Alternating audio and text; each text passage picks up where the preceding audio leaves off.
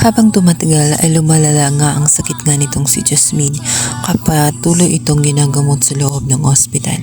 Subalit, habang powers na powers ang senaryo, ay lalo namang mararamdaman nga ni Marge na tela mag-isa lamang siya at hindi niya mararamdaman ang presensya nga nitong si Paolo kung saan subsob na sa trabaho at ginagawa ang lahat para lamang makapag-provide at magkaroon sila ng malaking pinansyal para masuportahan nga si Jasmine sa kanyang medical treatment. Subalit unti-unti namang magkakaroon ng lamat ang relationship nga nitong si Marge at itong si Paolo, lalong-lalo na makikita nga ni Marge na tela naiwan siya sa ere at siya na lamang ang laging nagsasakripisyo.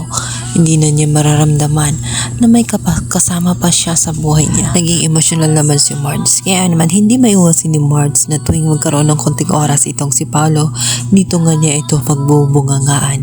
Kaya naman si Paolo ay na-stress na rin ng gusto sapagkat alam niya sa kanyang sarili na ang kanyang ginagawa ay para din sa kanyang mag-ina.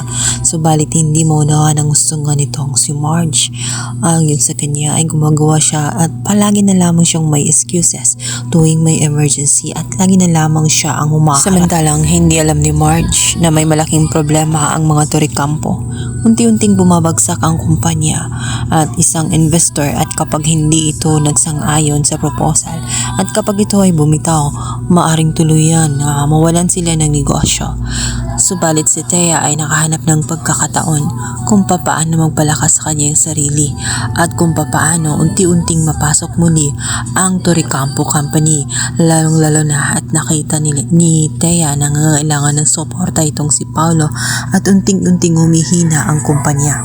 At sa pamamagitan nga ay nakuha niyang kumbinsihin itong si Mr. Lorenzo dahil lamang sa mga larawan na minsan ding nagamit niya noon ay gagamitin niyang panakot para lamang hindi bumutiw ang naturang investor. Kaya naman mapipilitan itong si Paolo maging itong si Greg ay umahanga kay Thea. Kaya wala siyang kamalay-malay na muli niyang ipapasok sa loob ng Torrecampo Company ang isang ahas na walang ibang hangad kundi para lamang sa kanyang sariling intensyon. Kung si Thea ay tuwang-tuwa sa resulta ng kanyang ginawa dahil sa wakas makakaapak na siya ng Torrecampo Company at simula na ng kanyang mga ambisyon. Nakita niya ang oportunidad para hawakan sa leeg nga itong si Paolo at unti-unti ding ang tukso ay lalapit nga dito kay Paolo, lalong-lalo na at naging malayo ang puso at isa't isa nga nitong si Marge at nitong si Paolo.